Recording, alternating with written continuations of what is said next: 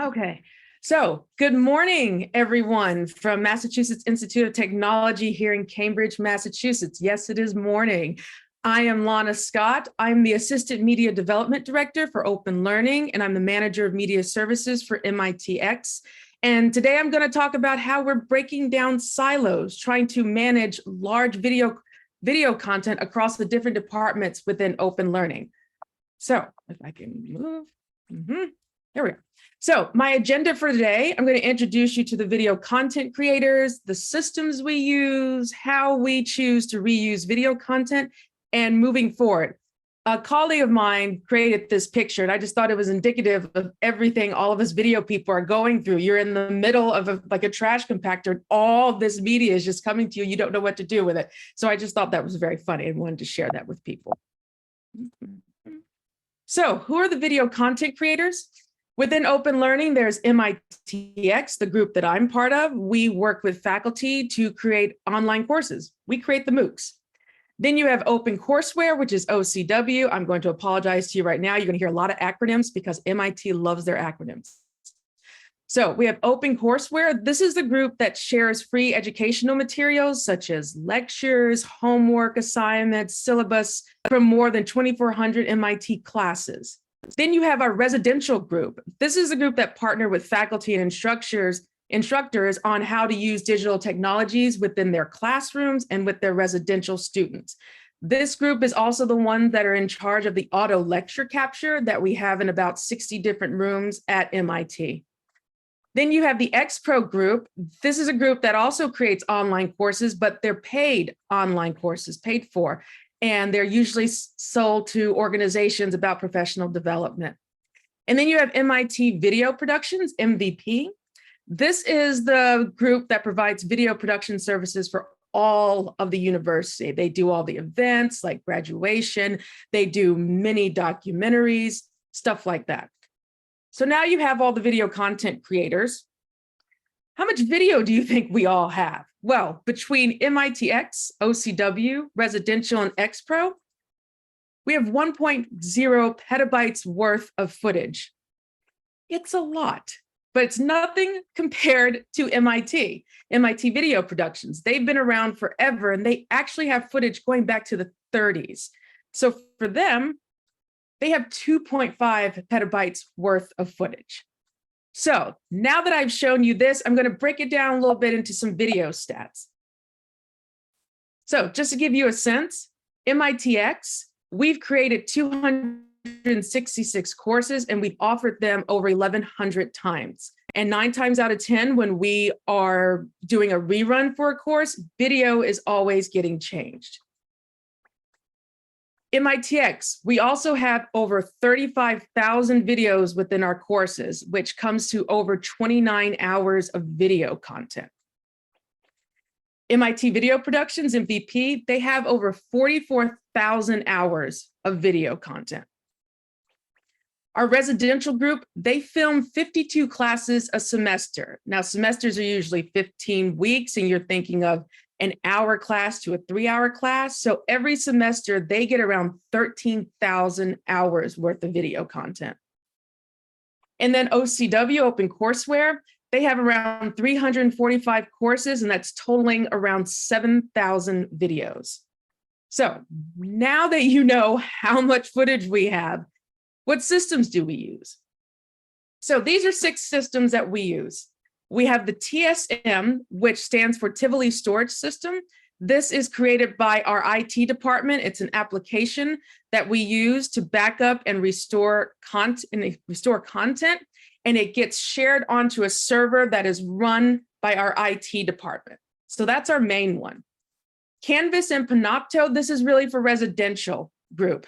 You have the LMS for structuring the courses for the faculty. Then we use Panopto for the lecture capture. So we record in one of our auto capture rooms. And then that gets pushed to Panopto, which then integrates with Canvas so students can review it. Our SAN server, this is our storage area network server. This is what we use when we're working on active courses. So we're backing things up to maybe 6 months to a year on this one. As far as database trackers, we have FileMaker Pro and QuickBase. We have Archware P5. This is something MVP uses. This is a data management system for archiving video to a single LTO drive. And then last but not least, we do have our RAID drives. Our drives are our second backup. So everything that gets stored on the TSM or on all these other different things also gets backed up to our RAID drives. So we have all this. Let me actually show you who uses what. So as you can see, MITx and XPro, we use pretty much the same thing. OCW, they use the SAN server and they use TSM. Residential group, it's the only group that delivers content to students, which is why they are the only group who uses Panopto and Canvas. MVP, they're a different breed from everyone else. They use Archware and FileMaker Pro and the RAID. I did ask the director why he doesn't use TSM, and they were told by their IT department, you have way too much stuff. We can't fit all that you have. So they don't use TSM, which is kind of interesting. The reason I wanted to show you all this is because of the work that I do in MITx. We are constantly working with 3 of these other groups on video content. So the job of MITx, we create new video content. But let's say you have a professor who already has all of their material on OCW. So then we have to work with OCW to get all of that video content. And then let's say you have a faculty member who taught in one of the auto lecture capture rooms. Well, then we have to work with residential on getting all of that footage. And then let's say you have a faculty member who says, I'm teaching next semester, I want it filmed. That's when we would deal with MIT video productions. So as you can imagine, with all of these different systems, we have some challenges to working in silos. First, the naming conventions. Every group has a specific naming convention that works for them. MVP has something called the T number system, which every folder and every file has a T in front of it. And then, of course, we all use different recording equipment, which turns into having different video codecs and video files. And we also use different vendors. We have freelancers, and then we have other production companies we use. So I like to think of myself as a professional cat herder, because this is all that we have to do, and going through all these different groups and having to deal with all of these challenges. So now you know how much footage we use. Now you know what kind of systems we use. So let's talk about how we reuse video content. I don't know about the rest of you, but when COVID hit, there was a particular sentence that I kept hearing from almost every single faculty, and it was this: just put my existing videos online. I recorded my 3-hour lecture, just throw that online. That'll work, right? And you're looking at them like, no, not for your online audience. You know, no one's going to sit through a 3-hour lecture. So we came up with just some considerations for reusing content. And this is just a few of them that we spoke with faculty about. Does the material you have, does it complement other activities in the course? I.e., if you had in your classroom, you were having a student discussion about something specific, well, that video is not really going to translate to an online audience. So does your material complement others?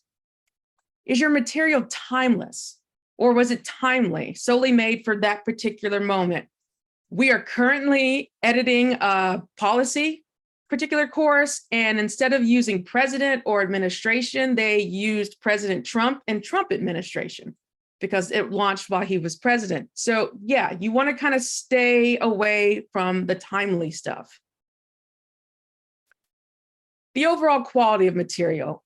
We all know quality is subjective. We're on Zoom right now, and the Zoom video is as good as your bandwidth is. So we do check for lighting, audio, sound. Do you have transcripts? Do you have captions? Stuff like that. And then last but surely not least, is your material in segments?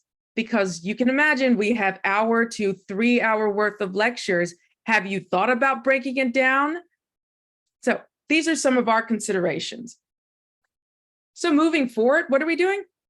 Folks, I believe that herding cats, it can be done. I believe it. I am a professional cat herder, so I have to stay positive.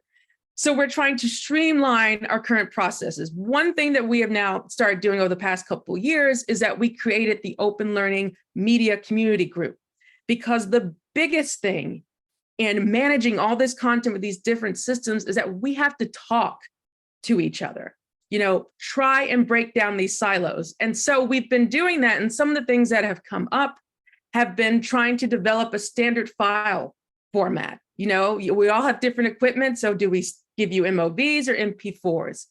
Using common names and same metadata terms. What are you using for your search capabilities? Maybe I can also start using those. And then the most important thing, I believe, is training video content creators on the different systems. Because we're MITx and we work with the different groups, it's imperative for us to know how their system works. So that is my quick presentation. You can find me on Twitter at lchaney126 or at my email, lmscott@mit.edu. Thank you all for your time, and I probably need a second cup of coffee now. I'm going to stop sharing. Thanks, Lana. You sound full of energy. I think the coffee obviously has worked well this morning. Coffee is working, yes. Coffee's working, absolutely. We have a question in from Arno. Hi, Arno Probst from University of Amsterdam. He just wanted to know about, are you using Panopto in the cloud or on the premises? We're using it in the cloud. In the cloud, okay. Yep. Great. Any other questions at the moment? Oh, I see, Arno, there's two of you there. That's why you were loath to put a single name. We have also put in Lana's Twitter account. Any other specific questions for Lana for the moment? Yeah, well, in addition to my former question about Panopto, is all the other archiving, is it on premise or in the cloud at MIT? It's in the cloud. IS&T, our IT department, it's in their cloud that they're using. Okay, thank you. Great. Lana, I know we're going to get back to this later on, but actually, in terms of that silos and bringing those people together, I mean, who is taking the kind of executive decision for that? Do you have support on high, or how does that work? It's myself and the media development director for Open Learning, my dotted line boss, Chris Babel. So, and our positions just were created about 2 or 3 years ago. So when we got together, we're like, we have to get everyone together. We have to break down these silos. So it's myself and my boss. There's also a question. Thanks, Fiona, for the question. Can you speak about your policy around deleting or archiving? You mentioned guidelines for reuse. Do you remove materials after time from the various platforms? Is there a kind of a timeout? There is not a timeout for MITx because we rerun all these different courses at different times. As far as MVP is concerned, they have to keep everything, believe it or not. And that goes back to the footage they have in the 30s. So there really is no deleting or archive. I mean, we archive on using TSM. So our footage is still on that cloud. And then we have the hard drives that it's on. So like we have not erased anything. And I don't think any of the other groups are deleting anything. Because here at MIT, you have faculty who would just come out of the blue like, hey, I want to put this on my residential course. I filmed this like 10 years ago. Do you still have it? We get a lot of those. So that's why we're really not deleting anything. Hence how much footage we have. We're the petabytes. Yeah. So yeah. Just be going to John's question. Thanks, John. And then we move on to Marco. But just you mentioned guidelines for reuse. Would you be willing to share them with the community? Of course. Yeah, we have a whole document that we created. So yes, I will definitely share that. Great. Okay, Fiona, you can have a look at that, and I'm sure others will be interested in that as well too, so that the guidelines that they're using in MIT. She's also asking a supplementary question about assigning copyright to the person in the video. Do you do that? Yes, we do. Every course that we have, they have to sign an IP agreement, and we have an intellectual property group within MITx and OCW who does a lot of that work. Good, we'll probably come back to that later. John Cooperthwaite, thank you very much from Kaltura, also asked about just generally how well your academics are adapting to the community rules, and are they optional or mandatory? Oh, that's interesting. For video, for each group, it's mandatory. Yeah, that we do it this certain way. And so, I think the one thing that confuses a lot of academics is which group is in charge of what, because you have You have the residential group that has 50 different classrooms where their auto lecture capture is, but then you have MVP who are the ones who film the classroom lectures. And so trying to figure out, okay, is this an auto lecture capture room or is this just a regular room? I think that is where a lot of the confusion comes from. Thanks, Lana. You're going to stay with us till the end anyway, so we'll come back to any questions that are coming up there as well. And we're going to move to our second speaker today. And I'm delighted to be introducing Marco Toffanin from Padova in Italy. You may have seen Marco's article in our newsletter last month about video usage and reusage in Padova, and he's going to talk us through what they're doing. Over to you, Marco. Hi, everybody. I will share my screen so you can see our slides, okay, with a good photo of Nice. media learning conference. Okay, hi, I'm Marco Toffanin from the University of Padova, a university in northern Italy. We are a big university, like 70,000 students. I'm responsible for the multimedia division in the university. So what I want to present to you today, what I want to tell you is about one thing that we just experimented in these days. We just finished to experiment in these days, and it is a possible approach to delete contents. Lana was speaking about deleting contents. They keep all, and we were wondering if it's right or not to keep all or delete something, and how to do it. So after the pandemic, now we have 4,100 videos in the cloud. We use Kaltura. So as you can imagine, it's a lot. It's petabyte of videos.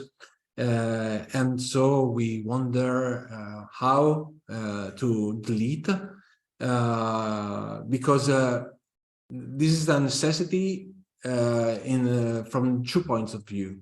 One is the cost, and two are also the sustainability. We're speaking about sustainability. But you know, the other thing is that we didn't want to eliminate significant material that could represent important information for the institution or could serve as a historical archive for the future. So how to manage these two things? No? This is very challenging, I would say. Also because cloud is not tangible as books. So many people as a cloud, video clouds, as a lot of videos, and most of them, they are not aware also to have all these videos. They just putting, recording and store, but they don't know how many they have, or if they have. Imagine also teachers that are recording during the pandemic all the lessons, but they don't even remember they recorded the lessons for the students. But you know, if it is not tangible, you don't see it. So it's not important in terms of sustainability or cost. You don't see it. You just don't see it. So we try to set up an approach to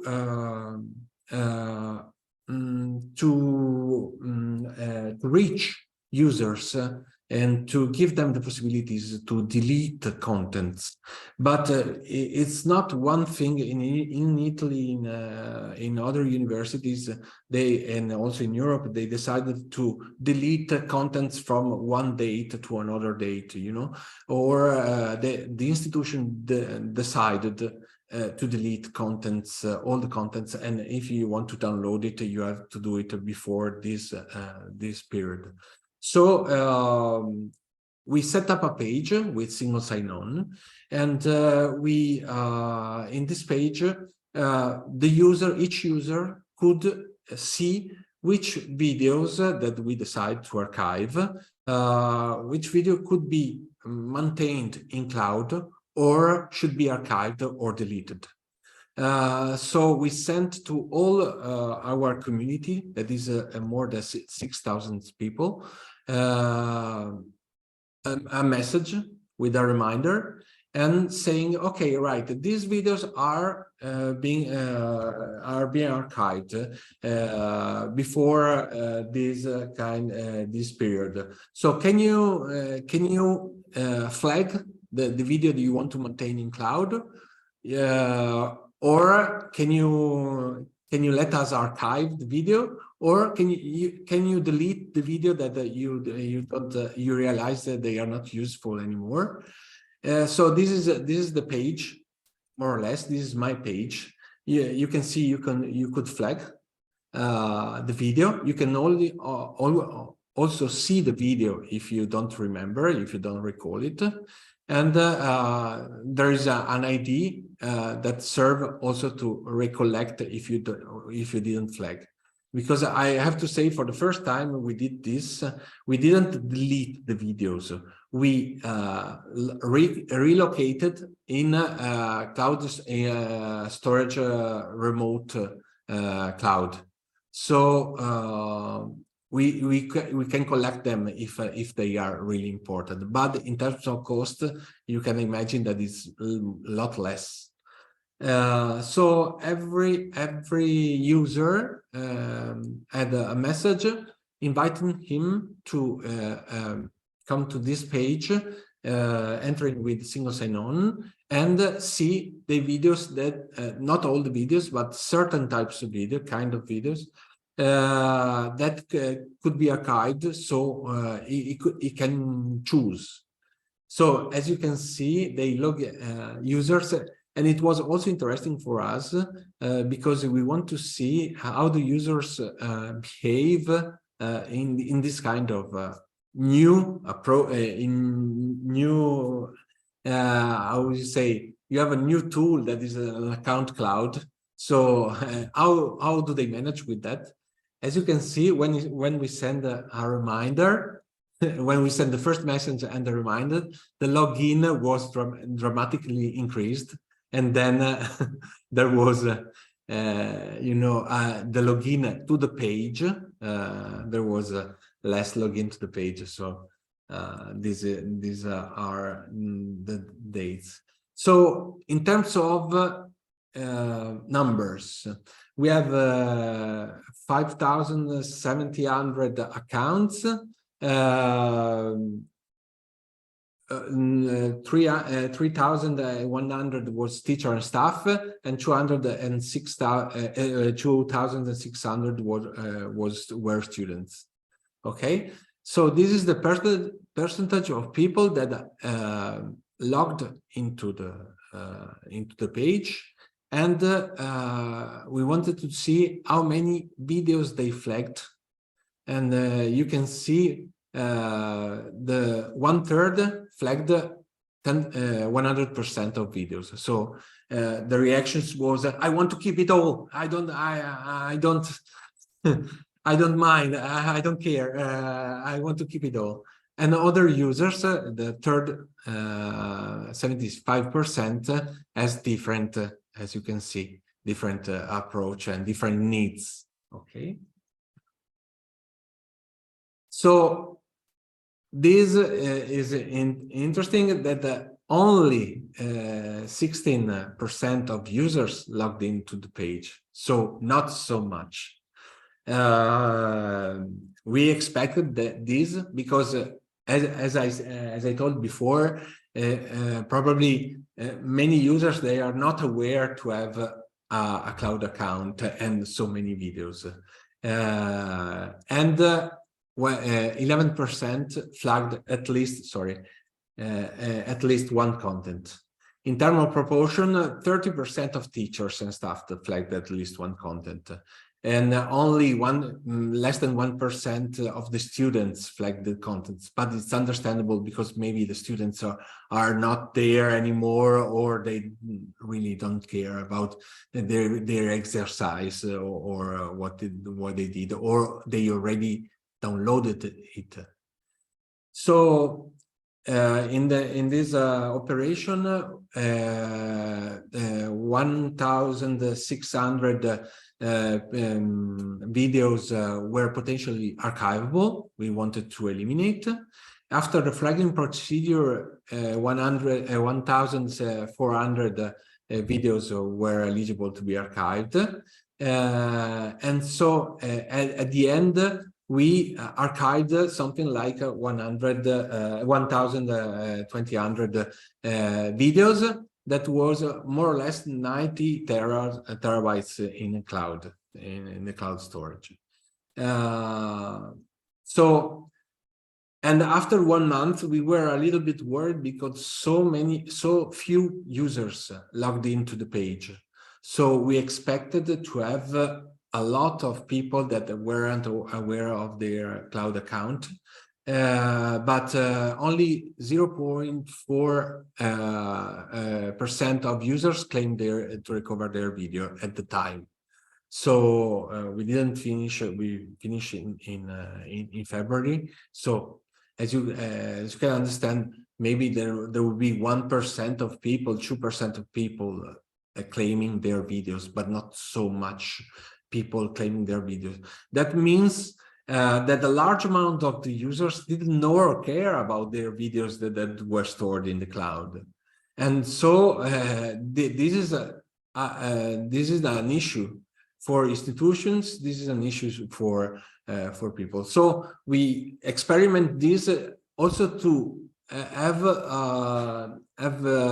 data about how many people are aware of their videos and how many people care about the videos they produced during the pandemic. So this is all. Thank you for your attention. I should say, I must say that we did this work with my colleague that is here, Davide Ferro, that I want to thank.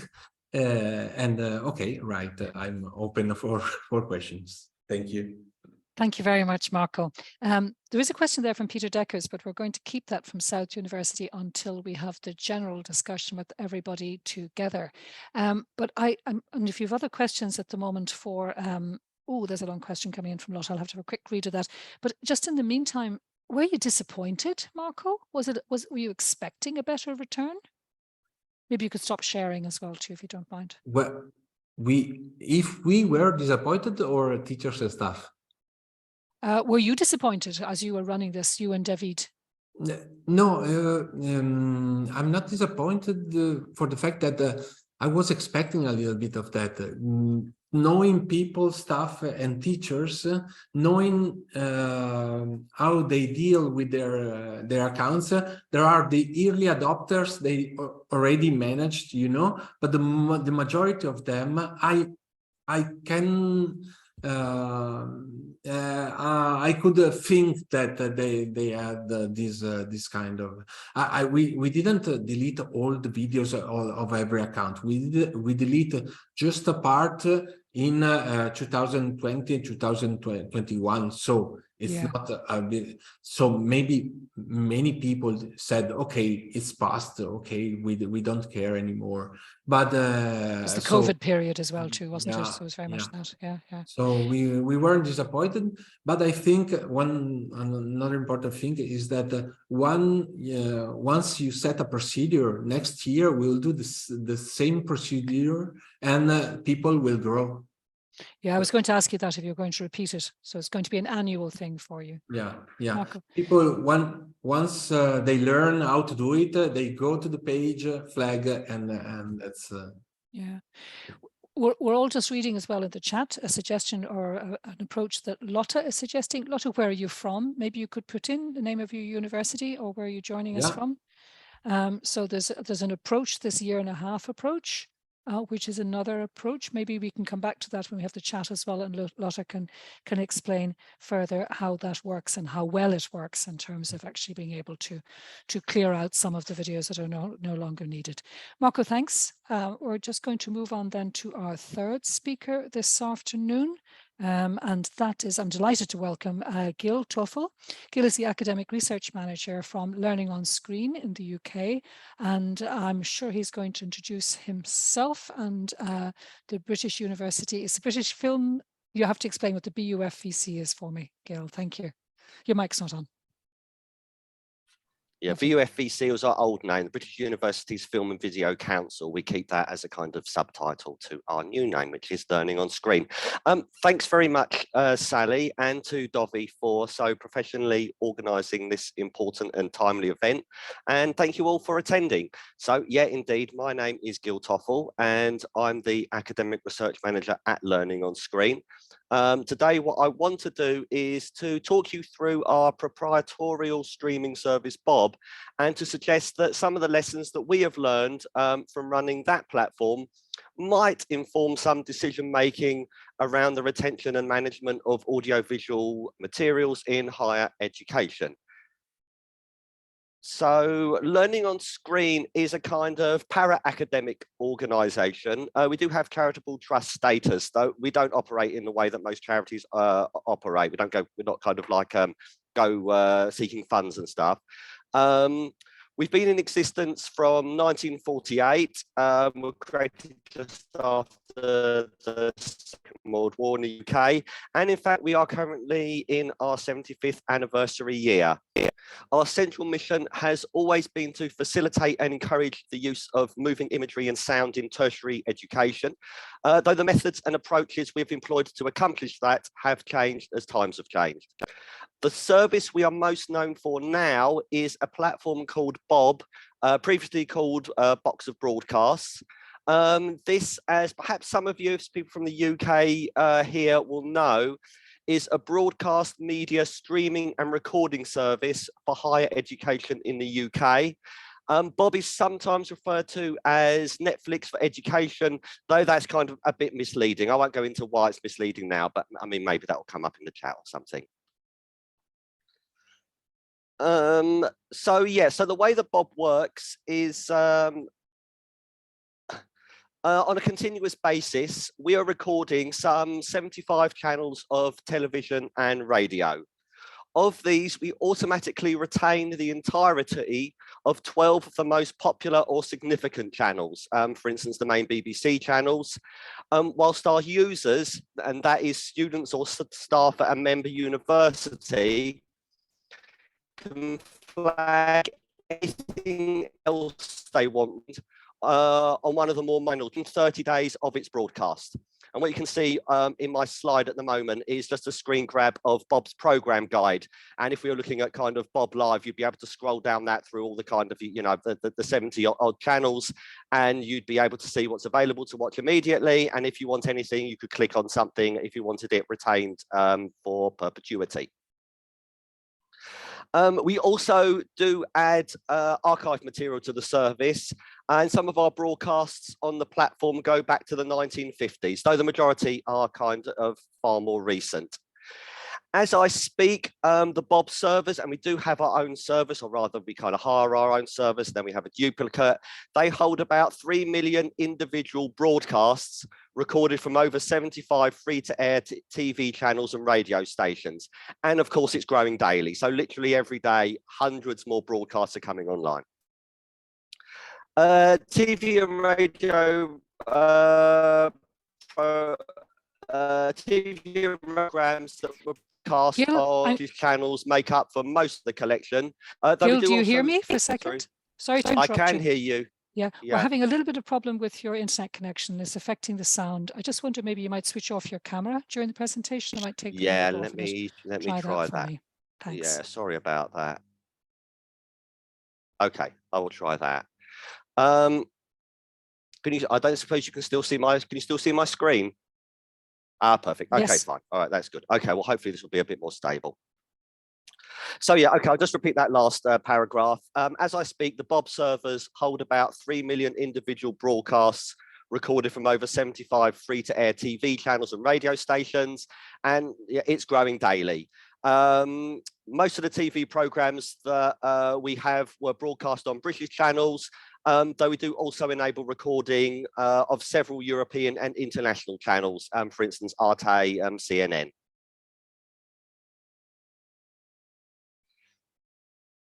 As you can imagine, Bob represents a huge collection of materials to manage. So the question is, how do we do that? Well, basically, Bob is a big database with media assets attached. We automatically segment the recorded feeder broadcasts, and then these individual shows are connected to an entry in the database with attender data. And you can see a little bit from the screen what that looks like. So there's a transcript, there's some cast and crew credits, there's some genre credits, there's broadcast dates and titles and yeah, various other kinds of bits and pieces. For users accessing a broadcast on Bob, this is what they see. It doesn't really look like a database entry, but that is basically what it is. Okay, well, how can our experience of managing such a huge quantity of AV materials inform, well, how you might want to think about the storage of your assets out there in the world of higher education? Well, I think the first question that anyone needs to ask themselves when offered the opportunity to archive anything is, do we really want to keep this? So notionally with Bob, we could record everything. We could record all the output from all 75 channels that we access, but we don't. As I mentioned, while we keep everything from a limited number of key channels, our users select much of what is retained. If we recorded everything, we'd need more server space. This would be very expensive. These costs will be passed on to our members. They don't want to pay for a lot of stuff that they have no interest in. In addition to the economic costs, there are also ecological costs. Using power to store materials that no one's requested is really not in anyone's interest, and the electricity demands of keeping servers active really shouldn't be underestimated. So my first takeaway, I guess, would be storage has costs, both financial and environmental. The second topic I'd like to raise relates to centralization. And I think it's really important to consider if all of your AV assets need to be held together in a space that the entirety of an institution can access. What a lot of higher educational institutions now have are loads and loads of lecture captures. I think the best place for these is probably where they currently reside, and that's going to be on the course pages of interactive learning environments. It's mainly going to be students on a given course that are interested in accessing them. So, you know, I think it has to be asked, what's the advantage of duplicating this material? Gil, sorry to come in again. Do you think you've moved on slides? Because we're still looking at the Bob program entry from Abramovich. Yeah, sorry. Yeah, there is just one more. Yeah, sorry. I was a little bit discombobulated with the internet connection. I hope it's a bit better now. It's lovely. Thank you. Okay, great. So the second topic relates to centralization, as I say. And duplication can absolutely mean a waste of server space. A problem that we have with Bob is TV programs get repeated. And do we really want 2, 3, 4, 5, even more copies of the same show, film, whatever? To try and combat this, we've created a system that alerts users to an existing asset if they are requesting an identical broadcast. My suggestion for those building systems from the ground up would be that even if you have a central record, even if you want a central record of all your AV materials held by your institution, simply have a category of record that points to the existence of an asset, and to make it available to store that asset if its decentralized location becomes unviable at some future point. So my second takeaway would be, from our experience, is decentralization might feel messy, but it does have its advantages. Moving on to my third observation. So assuming that you do have digital materials that you want to centralize, a key set of questions that are going to crop up really quite early are going to pertain to where these AV materials are going to be hosted. There are advantages and disadvantages to variously hosting assets fully in-house, fully externally, or employing a mixture of the two. You could, some organizations they'll house a database, but then their assets will be housed by some kind of other video hosting service. While this is very much not a sales pitch, Learning on Screen does host AV materials for external HEIs, other universities. I can't say who they are for, you know, it'll be gauche for aside from anything else, but for commercial reasons. But there are lots of other service providers out there with similar expertise. Often universities really worry about the security of their assets. But in hosting materials on custom-made in-house systems, we do sometimes see rather overcomplicated idiosyncratic systems. So my third takeaway is don't try and reinvent the wheel. Have a look what's already been done. Perhaps explore an external, see what an external provider can offer off the shelf, and it might be more secure than you think. Finally, absolutely central to a successful database is having a search functionality that works well. We are quite proud of the search capacities of Bob. I don't know if there's any Bob users out there that would take issue with that. But I would say that the sheer size of the archive poses significant challenges for making desired assets findable. As such, we are currently investigating the possibility of imbricating some AI functionality into our search function, probably using some form of computer vision. A couple of words of warning based on our experience of looking at this technology though. First of all, AI is good. Some of it's great and it's getting better. Some of it's scarily good actually. But computer vision is really only as good as its training data set. And even then, some of the most advanced tools, they have real trouble identifying certain kinds of object. Smoke in particular is something that machines have a real difficulty in identifying. One thing that we are very much not doing for this reason is using AI to automatically catalog database entries. This is an image that went round on social media quite a bit. It's purportedly of AI computer vision trying to capture an object, in this case an owl, and it's reading it as a pineapple. I don't know whether that's authentic or not. I haven't been able to verify that. The point is there are some tasks, there are real limits to some of the tasks that we would like AI to do. I should also point out that there are some ethical questions around the replacement of staff. If you're going to start asking AI to start cataloging materials, what happens to all those, you know, very skilled archival staff? So my final takeaway then is, if you are thinking about the possibilities of AI, ensure it's going to do something that a human cannot. Don't get it in to replace a real person's job and then have it do that job really badly. Okay, well, that is it from me, I think. Thank you all for your attention. I hope you found some of that useful. I look forward to hearing the next presentation, the final presentation. I am open to questions, though I should point out I'm in a slightly different position to some of the other speakers. So in relation to some of the technology and stuff that we use, I am limited in what I can tell. I mean, basically for commercial reasons, we have competitors and yeah, you know, I don't have the same level of freedom. So thank you very much. Thank you very much, Gil. Thanks. We have no specific questions coming in, but I must admit something you said earlier on struck me. You said that you have a mechanism whereby if somebody is looking for a specific program, you can point them towards similar programs. And I was just wondering what that is. Yeah, basically what it looks like is someone will click on something in the viewer guide. They'll see a film or something, let's say Apocalypse Now, and they'll click on Apocalypse Now, the director's cut. They'll say, oh yes, I really want to see that. And basically a screen will open up and it will say, yes, we can record this for you. However, are you aware that there's a duplicate of this already in the system? And here is a link to take you to that. It's very, very simple. It's very, very straightforward. Okay. Okay. Thank you very much. If anybody else has any questions for Gil or points they'd like to make, of course, he's going to be with us until the end of the webinar this afternoon, so we can come back to you.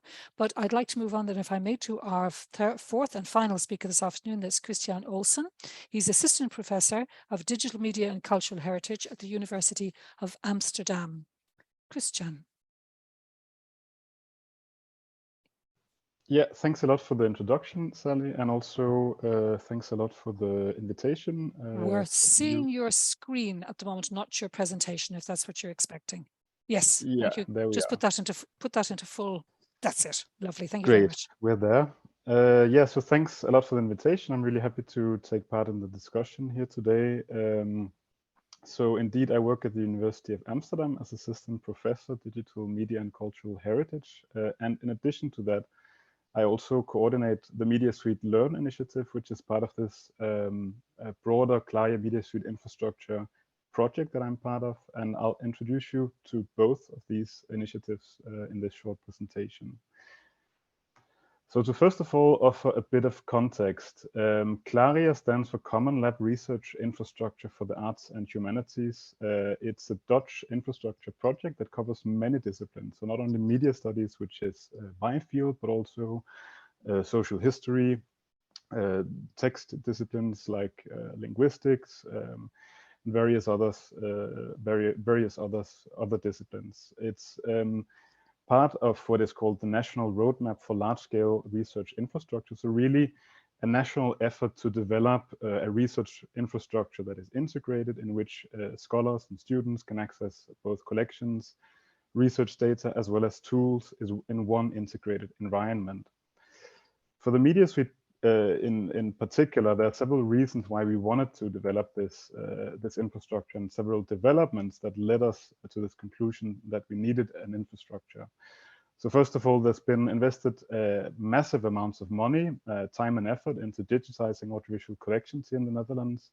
So some of you, especially the Dutch guests today, may know this project very well, the Images for the Future project that digitized approximately 700,000 hours of audiovisual materials from both broadcast collections, film collections, and oral history collections.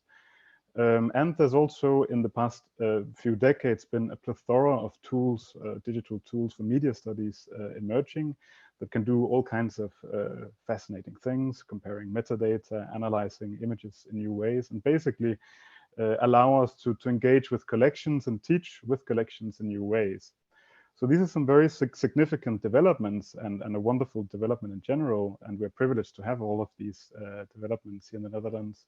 But of course, they also raise various different challenges. So first of all, even though a lot of money has been invested in digitizing audiovisual collections, this does not necessarily mean that they become more easily accessible, in the sense that even though broadcast archives or film collections here in the Netherlands are digitized, users still needed to go to those collections to access digital collections. So in that sense, it wasn't a huge, it didn't reduce enormously the amount of work in the sense that scholars and students who still need to make requests, they needed to go there or make a request to access it online. This was not necessarily an easy process after that digitization project. And what we also saw and noticed was that many of these digital tools that were developed for analyzing collections were not maintained. They were often developed in a project-based context and just disappeared after a project ended. So this raised the need for infrastructure, in the sense that we wanted to develop one place in which all of these digitized collections could be accessed, but also develop more generic solutions when it comes to developing tools that could accommodate for various needs across disciplines, rather than working in this project-based way. So this is actually the reason why the Media Suite exists. And it's also what we do really in Claria more broadly. So we build infrastructure, by which we mean data, tools, and community, to facilitate access to large collections of digital data and to innovative and user-friendly application for the processing of these data to enable doing arts, humanities, and social science research and teaching. It's a distributed network or a distributed infrastructure, and it means that it's not all of these materials are not kept in one place, but they stay at the institutions that digitize them. It's all connected via servers at these different institutions in one environment. And the way that this is then accessed is that everyone who has a university login in the Netherlands, so if you are a student, a lecturer, or a researcher and you have a university login, you can just log into this environment and you can begin exploring, browsing, and analyzing these collections. So we make use of the existing digital infrastructure of university logins to basically set this up. It's not an easy operation, but we won't go into the details of that today. That's very technical. So how this looks like in the Media Suite, this is when you enter the environment, you get into the Media Suite interface and you can begin working in collections. So this is what an overview of some of these collections would look like. So you have audiovisual collections from Sound and Vision, some film collections from the Film Museum, and also all history collections to the extent that we can make them available, as well as newspaper data. You can stream all of the audiovisual content, all of the audiovisual materials that we offer access to.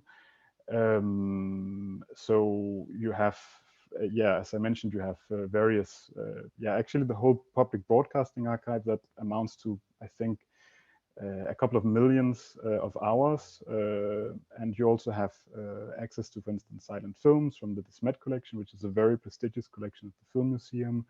It contains the archives of cinema distributor and owner Jean Desmet, and all history collections, as I mentioned. We also offer access to some AV-related collections. So, for instance, again, this archive of cinema distributor and owner Jean Desmet, he kept a very extensive business archive of almost 130,000 documents, documenting all his operations as a cinema owner and distributor, a poster collection, as well as data from the Royal Library's newspaper collection. When we make these collections available, we make them available with all the institutional metadata. You can search that in the Media Suite environment. But when we can, we also add data on our own, data that you cannot access at the institution. So, for instance, for all the broadcast materials, we try to do automatic speech recognition, so you can search and browse on based on what is set in both radio and television items. And this works very well.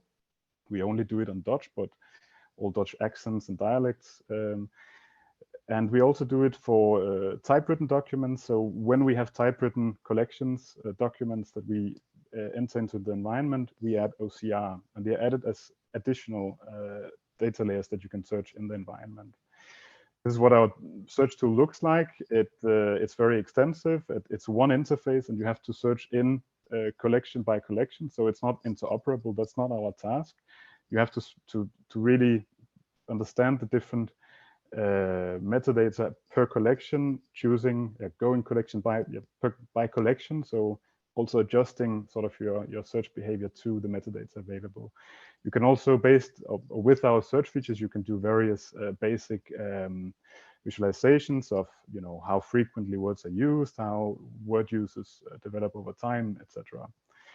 And you can annotate also the collections that we make available. The video annotation tool and the image annotation tools that we have look a bit like this, and they allow you to create your own corpus of items from different collections. So while you cannot search in all collections at the same time, you can put together your own corpus and annotate them, making time segments or selecting regions in an image, for instance. So Media Suite Learn is an initiative that tries to integrate all of this into teaching and research. It was launched in 2020 because we also realized that it was not necessarily that easy to find your way into the environment. So we've been putting a lot more effort into that in the past few years. And how this works is basically that we develop different types of materials that offer examples of how scholars, lecturers, students may, in meaningful ways, use it in both research and teaching. So we offer tutorials per subject. So we try to offer tutorials that are relevant for film, media, and television studies, also oral history as individual disciplines, but also per tool. So if you want to know how to do video annotation, for instance, or do basic data visualization, you can learn that with our tutorials. They're very short, low threshold tutorials that do not require a lot of beforehand knowledge. And ideally, they can be carried out within 30 to 40 minutes.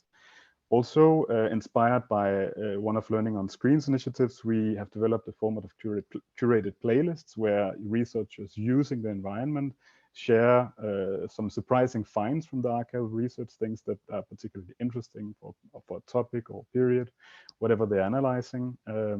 And we also do a lot of community building by organizing masterclasses, workshops, and we have a fellowship program too, where scholars can work with the environment in a teaching setting for a longer extended period.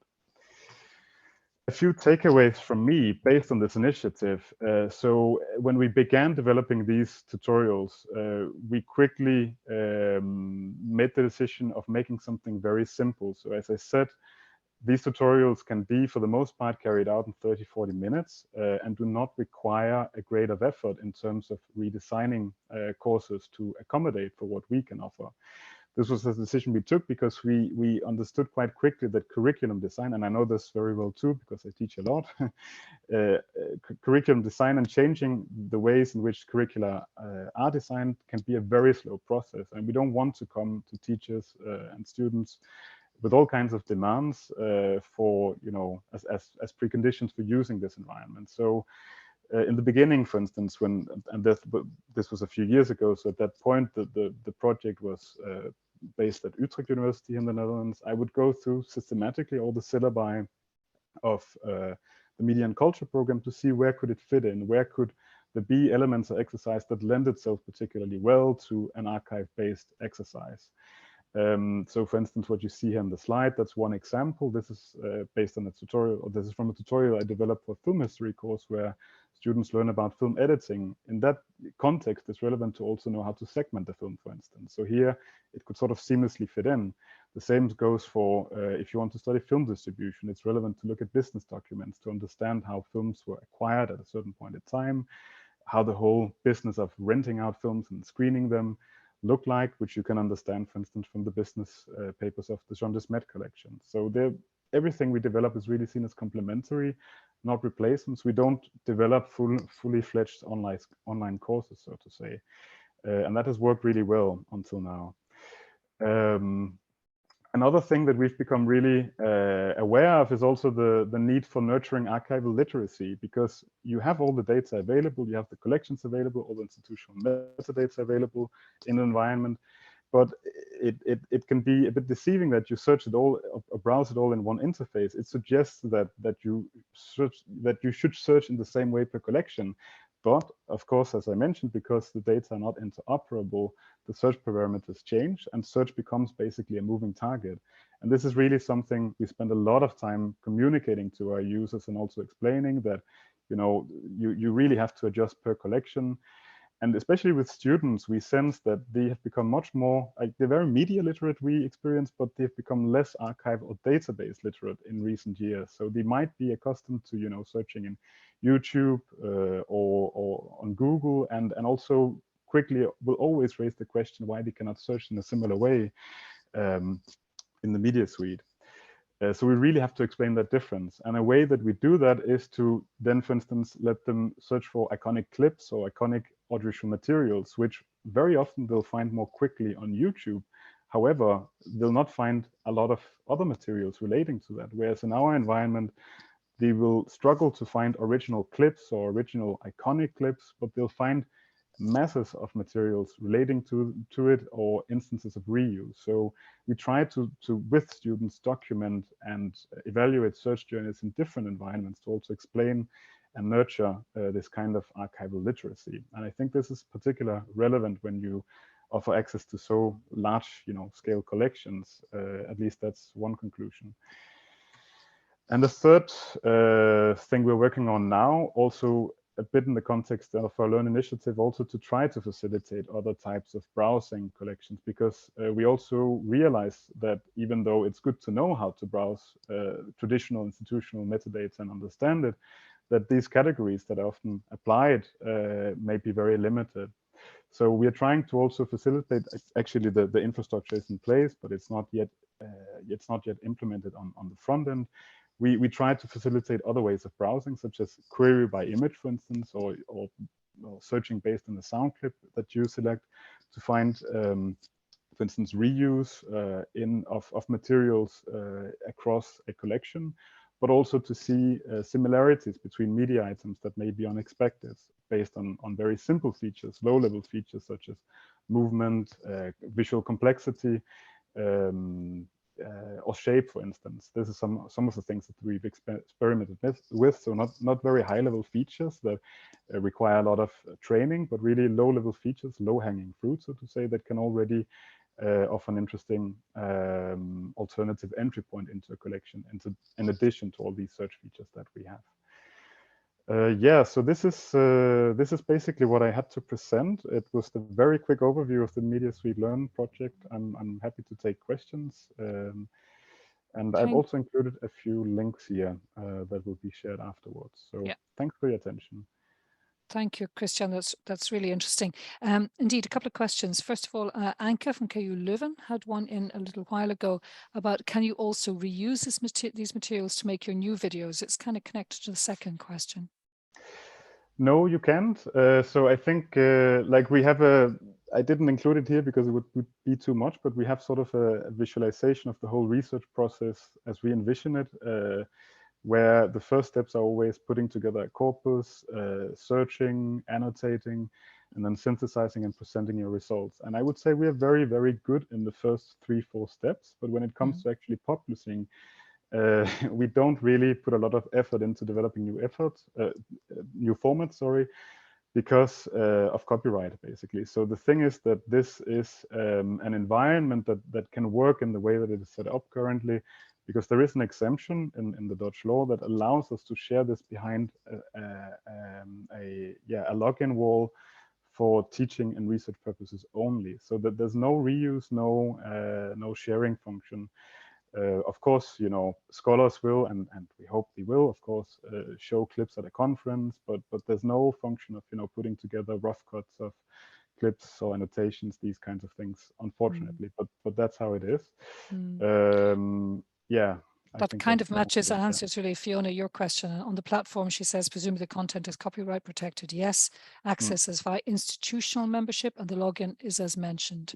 And she just simply asked that, are any of the collections open access? I guess no is the answer, isn't it? Yeah, they are. So the thing is, if you go to the website, you can actually search in the collections and also most of the metadata. And when it is open access, it will also appear. But once you then want to click through to the resource viewer and view something that is copyrighted, then it will immediately say you need to log in. So you can actually explore things. For instance, there's a collection called Open Images, which is basically public domain, copyright-free materials from the Film Museum, the Sound and Vision, that is available here also, but it also has its own platform. So there are some exceptions. Yeah. Thank you. I just had a question, just in terms of the usage. Do you have measurements? I mean, the levels of usage by academics in the Netherlands. Do you have an idea of how well it's being used? I presume you track that in some way, do you? Yeah, but we rarely check it, to be honest. So we don't have sort of. So it would be more than a year ago since I last heard the numbers, to be honest. Yeah, I'm not sure whether Gil, whether you did that in Learning on Screen. Do you track the university's usage of your archive in Learning on Screen? Yeah, we do. We do by institution, and there's someone at our place that kind of produces reports every now and then. Actually, Bob is not really set up to produce easy kind of sort of YouTube style analytics, but yeah, we do track stuff. But we have to also be careful about tracking individual users. Because they need to be anonymized, so it's difficult to differentiate between academics and students. But yeah, the short answer is we do have some. Yeah, we do have keep some numbers. Yeah. Okay. Thank you. We have now just, we have the second or the last part of our session this afternoon, which is an open discussion. on the various different points and issues that were raised, the various different suggestions. So, and you're very welcome, of course, put your hand up, you know, you can either physically do it or you can use the hand up in Zoom to let us know you have something to put.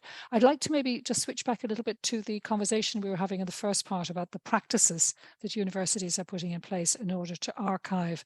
And it seemed to me like there was a couple of different suggestions put forward. There were the ones that were almost automatic. I think Lotte and Peter Deckers, you were suggesting one as well too, when things are not used by a certain time, they're automatically being deleted. And in other cases, like in Marco, it was being left very much to the academics.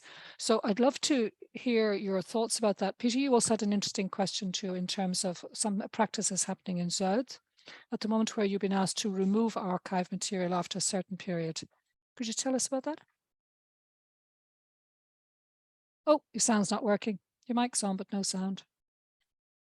Too many AV people in this room, you see. It's a killer. Switch to the iMac microphone. Is that yes, we hear you fine now. Fire ahead. Different one. Yeah, so that's the AVG or the GDPR regulations. So this comes from marketing communication. So we have these waivers if we film someone or a quit claim to ask them for permission to film them. And this waiver says that after 5 years, your materials will be deleted.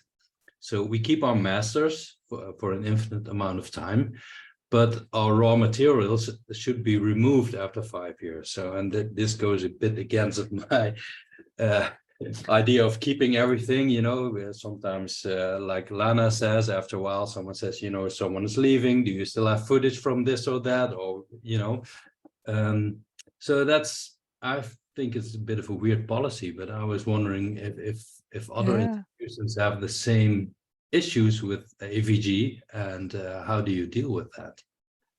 Anybody else facing into that? Automatic deletion after 5 years because of worries about privacy?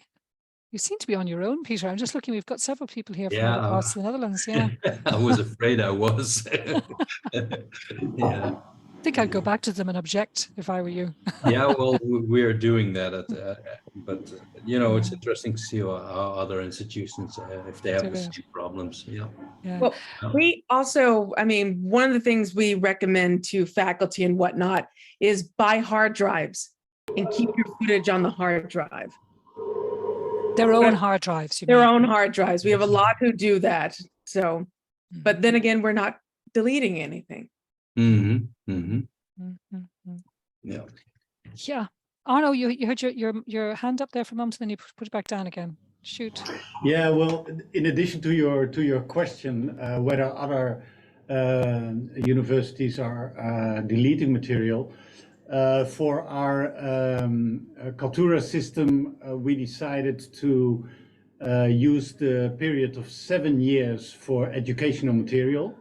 After 7 years, people get an email with a request whether the material is still relevant or not, and if not, it will be deleted. But we also developed a special workflow for highly confidential material, and the highly confidential material is automatically deleted after either 3 months or 6 months after upload. So that's automatically. Marco. Yes, but if I may, I was dealing with the question.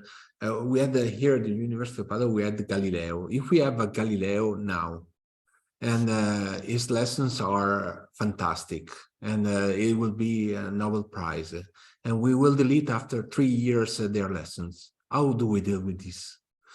That's the point. Yeah, it's true. I mean, how do you know what's excellent? I was interested in several of you. Well, in fact, I think it came up with Gil's presentation as well too. Somebody makes a judgment as to whether something is worth keeping or not. That's a really tricky thing, isn't it? Because it could be, of course, of huge value in 20 years' time. Do others, Marco worries about that. Do others of you worry about that?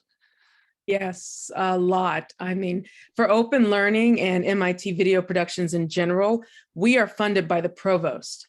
So it's actually the provost who makes that final decision of whether or not stuff gets deleted or what.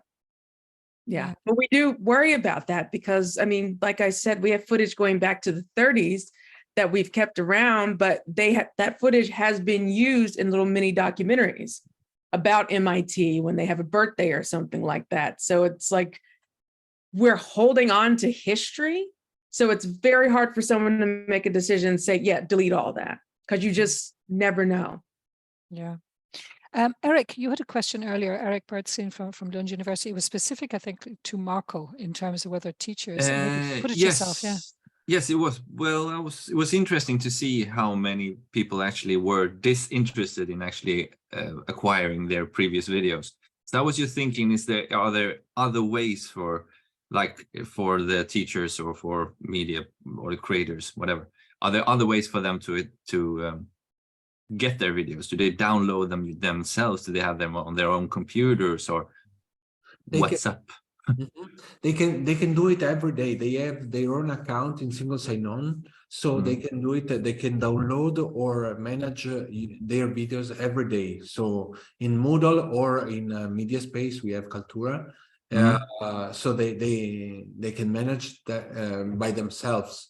This is a nudge, a gentle push to deal with their account. Also, because I think one thing, I'm not sure, it's just a proposal, but you have to create a little bit of culture of managing your library, as you have you cannot deal only with artificial intelligence, which will be great helpful, but also you have to deal with a human culture of dealing with your material that you produce or you manage, because one judge cannot judge all contexts. Videos are different values of content. So there are so many different kinds of videos that you cannot judge if it is useful or not. One person, two person, or three persons. So the only way I see is technology, but also the human intervention and who is dealing with their videos. And professor, they can do it every day. I will try to push them to deal with them. Yeah, I think. Sorry, Eric. Yeah. No, I just said thank you. Okay, I think we're all clicking on Fiona's link about the example of lectures videos being used when the person was deceased. So yeah, that's another question, of course. Should that question? Serge, do you want to ask you a question yourself? Switch on your mic. Good to see you there. That's it. Just I would like to know some examples of the software you people use to manage video. I know some of them, but I would like to know. Okay, we'll do a round. Maybe Lana up first. MIT created their own server access, so that's how we use it. We also use the backup drives. But yeah, IS&T, they created the main one for us. Okay, Marco. At the moment, we use Kaltura to manage. Okay. I'm not sure whether Christian or Gil have anything to add there. No, just we have our own bespoke system, and it's so yeah, I've got nothing to add. Yeah, Christian, anything to add in terms of software? Yeah, I mean, of course, it's not video management, strictly speaking, but for annotation, we use the Elan software, which is a video annotation software developed at the Max Planck Institute in Nijmegen, and it's open source available. So yeah, it might be interesting to look at too. I can send a link. I was going to say, yeah, maybe if you could put links into the chat, because then Dovey will pick these up afterwards as well too, and we'll put these into the shared. And if anybody else has any software suggestions for Serge, that would be good to put them into the chat. Thank you very much. Sorry, Marco, yeah, hand up. Yeah, I have another issue. I don't know if colleagues have this same issue. Also, if you keep the lessons for 5 years, students will go to the previous lessons and look and attend the lessons instead of attending the lessons of the year. So this is another issue that we have here at the University of Padova. I don't know if other has, sorry. No, we do have that issue because, and it's funny because there's a good thing and a bad thing about it. You want students to attend your class, but if they know it's being filmed, they don't have to attend. They can go back on Panopto and Canvas, but oh, there's a video, I'll just watch it there. So it's, yeah, it's a good and bad thing, but yeah, it definitely is an issue we're dealing with. Yeah, and particularly as the years go by and they're looking at a lecture from 3 years ago, it's presumably more and more for a problem. Anke, your mic's on? Oh, I'm sorry. Oh, I thought you wanted to add something. No, that's okay. Okay, any other comments on the general keeping, retrieving before we maybe move on just for the last couple of minutes to the question of the use of archive? Because, you know, that's the other part of this session this afternoon. We were really keen to highlight the kind of use and reuse and the prevalence of archive material and how available and usable it is for you. Has anyone anything they'd like to add or to comment, particularly on the presentations of Gil and Christian, from what they've been listening to this afternoon? Do you use archive a lot in your institution? Any takers? Lana, yes, I see you saying. Yeah, we definitely do that. I mean, in particular, as far as reusing content, we had a professor who got very, very sick. And so he wasn't able to do the lecture. However, there were lectures that he had already done the previous year that ended up being used. So yeah, that's one example. Sure. I was thinking more of the archival use of these collections, you know, for teaching and whether you support that in your services or not a great deal.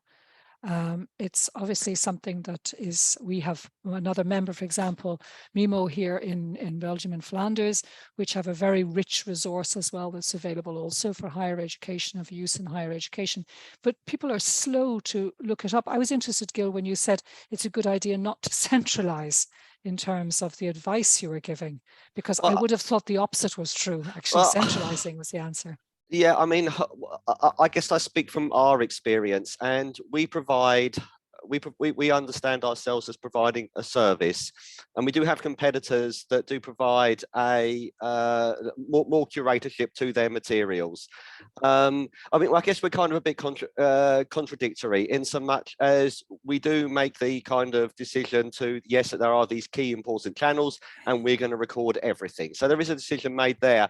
However, we do have a sense that you know, academics have the best the best understanding of how they want to design their lectures, and they will make the choices for anything else that they feel should be recorded. So I guess I was speaking, you know, from that kind of experience, but also, you know, just that there might be advantages rather than making sure that you know, you have academics and they're using their different kind of learning environments, and they're storing their lecture capture on there, and there might be advantages just to leave people to decide how much they want to store, just to keep it there. Does it need to be replicated? Does it need to be backed up on, you know, in several other kinds of places, and maybe to have a system to store that stuff as and when people are leaving, if it needs to be, but not to get, you know, there's going to be cost implications, there's going to be power implications, and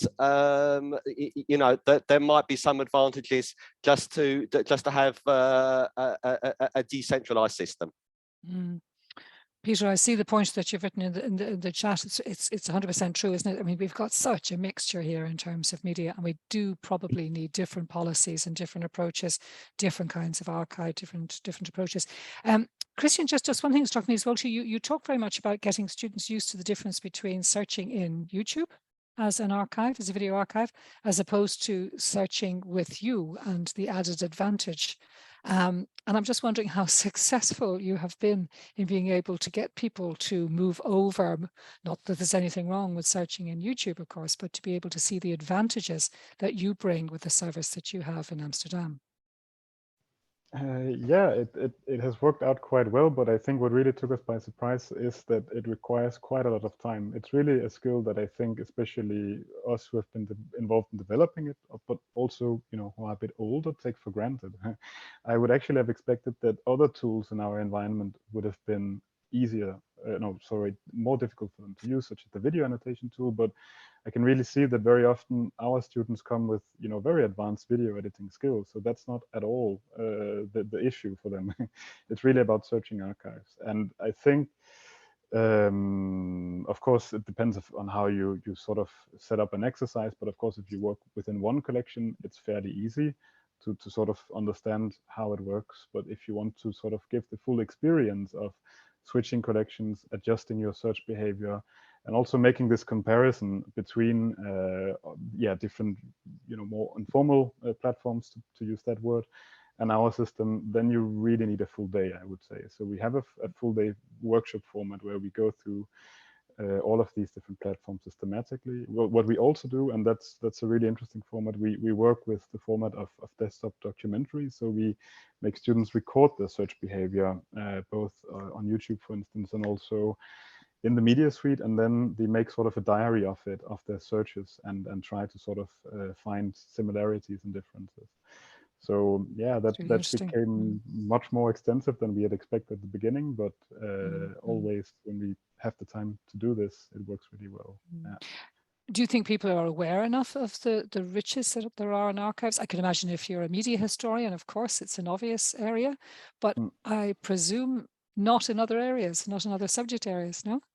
I would always say not enough. It's my core business, so definitely, yeah. So of course we do a lot, we put a lot of effort into sort of also promoting it. Yeah, definitely.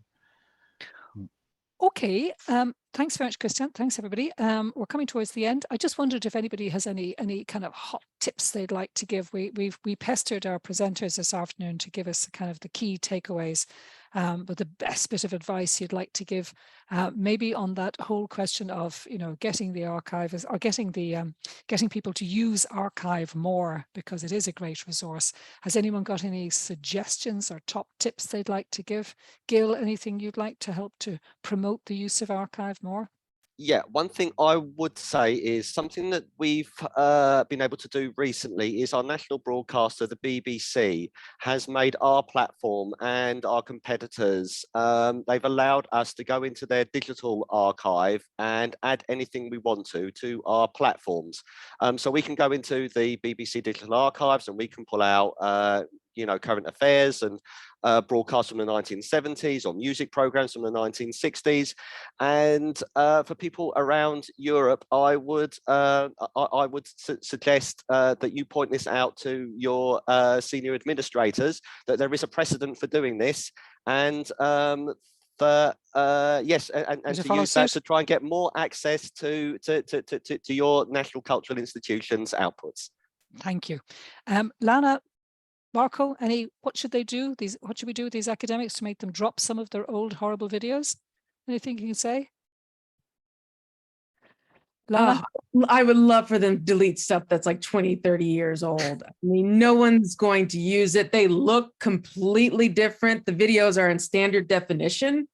And yet we've actually gone to faculty members and said, you know what, this is really old. Like, we won't be able to use this. We can't even edit SD. We had to buy something to convert it to an HD. And they're like, no, but I want you to keep it just in case. And we're like, and then you realize there's a Nobel Prize winner and you're like, I guess we have to keep the stuff, so it's just, it's hard. Try to get faculty to delete stuff. We really do. Thank you, Lana. Marco, any last word? It's same words as Lana. Okay, thanks very much. Look, we're going to flash up our poll again for you because it's the end of our session this afternoon. We'd like you to give us, because we'd like to make the comparison afterwards.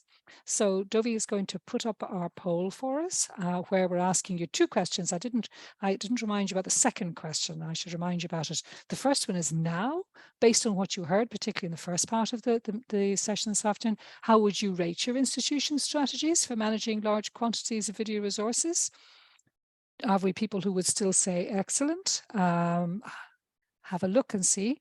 And also there's a second question further down about who should be in charge of managing videos, who the specific people are that we should ask to do this. Is it teaching staff, the institution, or a combination of both?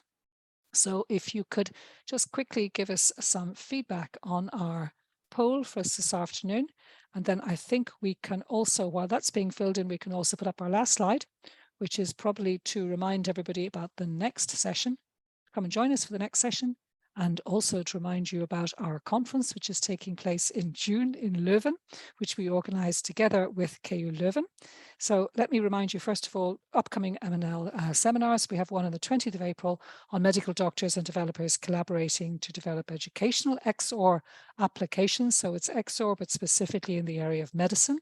And then we're having a session, like everybody, on 24th of May on AI and higher education. We're going to really try and talk with the positive here, the opportunities, less the threats. We're going to have a couple of people join us who are doing some really interesting things with AI, including in the media side. And of course, our conference is taking place in June, 20th, 21st of June. Not just save the date now, book your place, because we have a limited number of places for the conference and we're starting to get a lot of registrations at the moment. So do sign in, please, if you would like to join us in June, which we hope you will. And I think that's everything from us, and it's just 3:30. Thank you, everybody. Here's the results. Okay, we're going to make a comparison and see how things changed during the session this afternoon. Thank you very much. And I see a combination of both is the obvious answer to the management of the videos. Thanks, everybody. Thanks, Dovie, for all your help. And thank you, of course, to our super guests this afternoon, the speakers who joined us. So Lana, thanks for getting up early. Thanks, Marco, as always. Gil, lovely to have you join us today, and Christian as well from Amsterdam. Thanks, everybody. See you all again at the next session, if not sooner. Bye-bye.